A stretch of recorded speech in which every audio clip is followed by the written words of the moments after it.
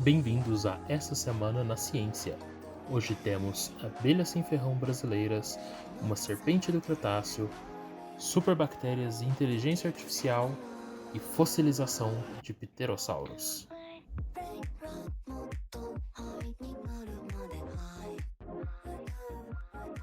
Você sabia que existem abelhas que não têm ferrão e que elas são fundamentais para a nossa comida? Hoje, trazemos uma pesquisa que mapeou essas incríveis abelhas no estado do Mato Grosso. A pesquisa que vamos comentar hoje é o trabalho intitulado Espécies de abelhas nativas sem ferrão, criadas por meliponicultores no estado do Mato Grosso, apresentado no 13º Congresso Brasileiro de Agroecologia. O estudo foi conduzido pelos pesquisadores Adriano Cirino Tomás, Joyce Kelly Souza Santos, Rafael Leite Brandão Laranja, Caroline de Oliveira Melo e Rebeca Cristina Leôncio Renner, todos vinculados à Universidade Federal de Mato Grosso do Sul, ou UFTM. Mas afinal, por que esse estudo é tão importante? As abelhas sem ferrão, conhecidas como meliponíneos, são responsáveis por até 90% da polinização das árvores nativas e por cerca de 1/3 da nossa alimentação. Porém, elas estão ameaçadas pelo desmatamento, queimadas e uso de agrotóxicos. Diante disso, a meliponicultura, que é a criação racional dessas abelhas, surge como uma ferramenta crucial para a conservação ambiental. Para entender a realidade de Mato Grosso, os cientistas aplicaram questionários online com 34 criadores de abelhas, espalhados por 14 municípios do estado. As respostas foram cruzadas com bancos de dados científicos para garantir a correta identificação das espécies. E os resultados foram impressionantes. Os pesquisadores identificaram 21 espécies diferentes de abelhas sem ferrão, pertencentes a 7 gêneros.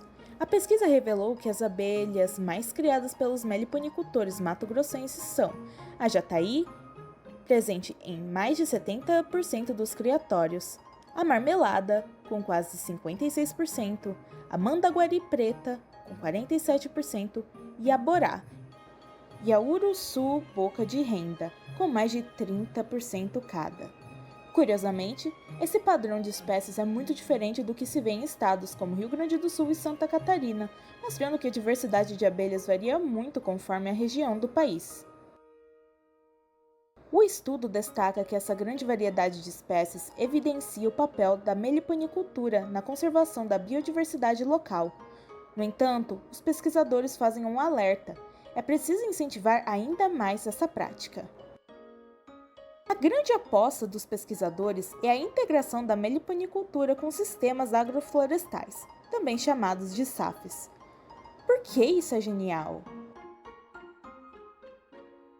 Isso é genial porque os SAFs oferecem uma diversidade de flores e são livres de agrotóxicos, o que é perfeito para as abelhas.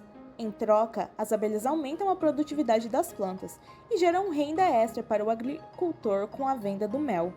Ou seja, criar abelhas sem ferrão não é só uma forma de preservar o meio ambiente, mas também uma estratégia inteligente para tornar a agricultura mais sustentável e lucrativa. A pesquisa sugere que, com mais incentivo, essa atividade possa ser uma solução ganha-ganha para o campo e para a natureza. E esse foi o resumo da pesquisa da UFMT sobre as abelhas nativas no Mato Grosso. Fique ligado nas próximas notícias. Até a próxima! Serpentes são um grupo de répteis cuja origem são um mistério que ainda intriga os cientistas.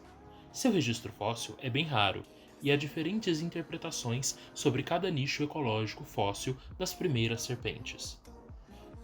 No dia 15 de julho, foi publicado na Nature um artigo que descreve o fóssil de uma espécie nova de serpente do Cretáceo. Tametara mirim é a primeira serpente articulada encontrada no registro fóssil brasileiro, e sua preservação é tão boa que foi possível, através da microtomografia computadorizada de alta resolução, criar imagens detalhadas de nervos cranianos, orelha interna e anatomia cerebral. O nome Tametara significa adornada, que é uma referência à crista sagital do holótipo, que, de acordo com o artigo, é bem pronunciada, e mirim em referência que o fóssil é relativamente pequeno, o animal possuindo em vida pouco mais de 30 centímetros.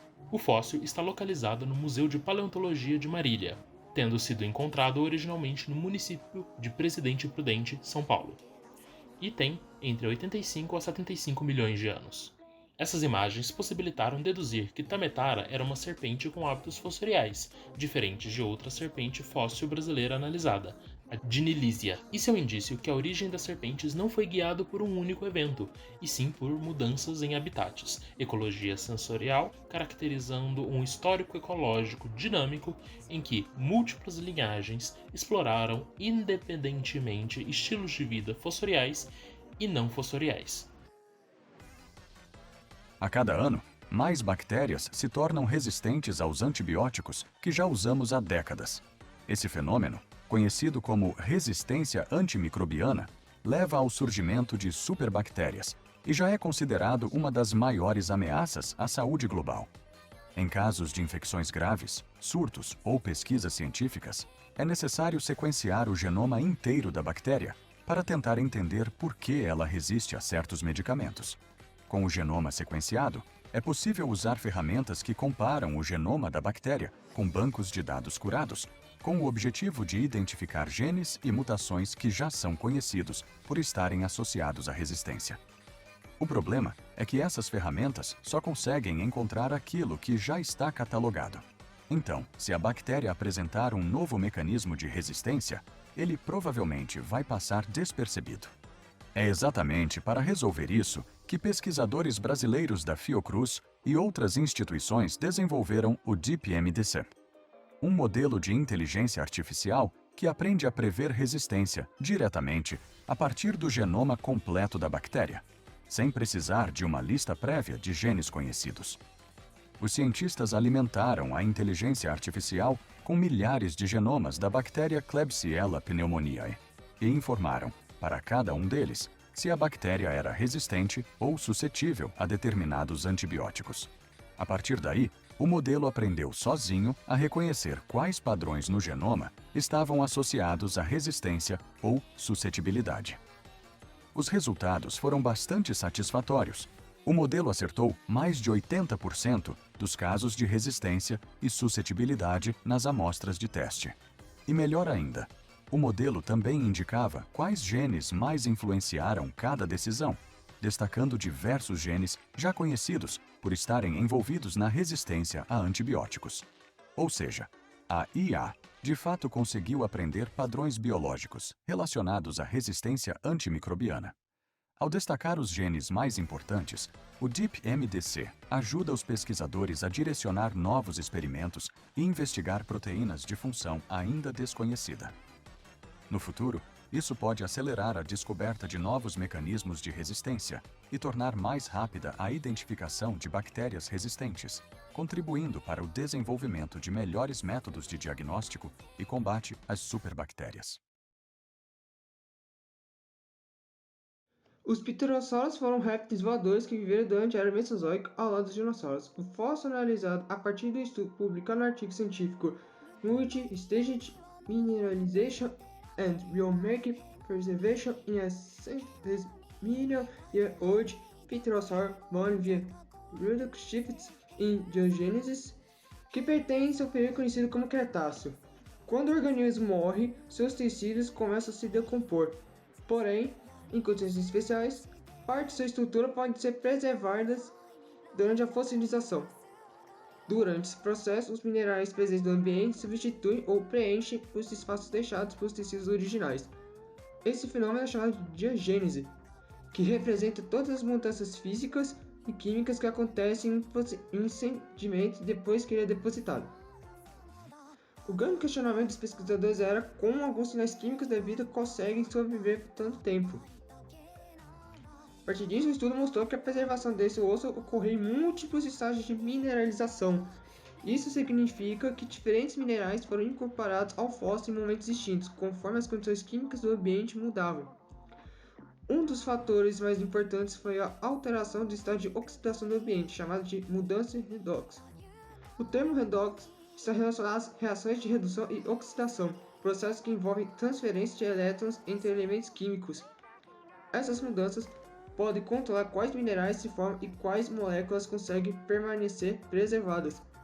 Os pesquisadores identificaram que essas mudanças criaram condições favoráveis para proteger determinados biomarcadores, moléculas ou características químicas que indicam a presença de organismos antigos. Esses biomarcadores não significam que o DNA do pterossauro permaneceu intacto, mas sim que algumas assinaturas químicas relacionadas aos tecidos originais conseguiram resistir ao longo do tempo. Para entender esse processo, os pesquisadores utilizaram diferentes técnicas de análise microscópica e química. Eles observaram a composição mineral do osso fossilizado e identificaram a distribuição de elementos químicos dentro da estrutura. As análises mostraram uma sequência de eventos, os quais são: primeiro, o osso começou a ser alterado pelo ambiente após o soterramento, depois, novos minerais começaram a preencher esses espaços e substituir componentes originais, e por fim, mudanças nas condições químicas do local favoreceram a preservação de moléculas associadas ao organismo. A partir disso, nossa sequência mostra que a fossilização é um processo dinâmico no qual o ambiente tem papel fundamental na conservação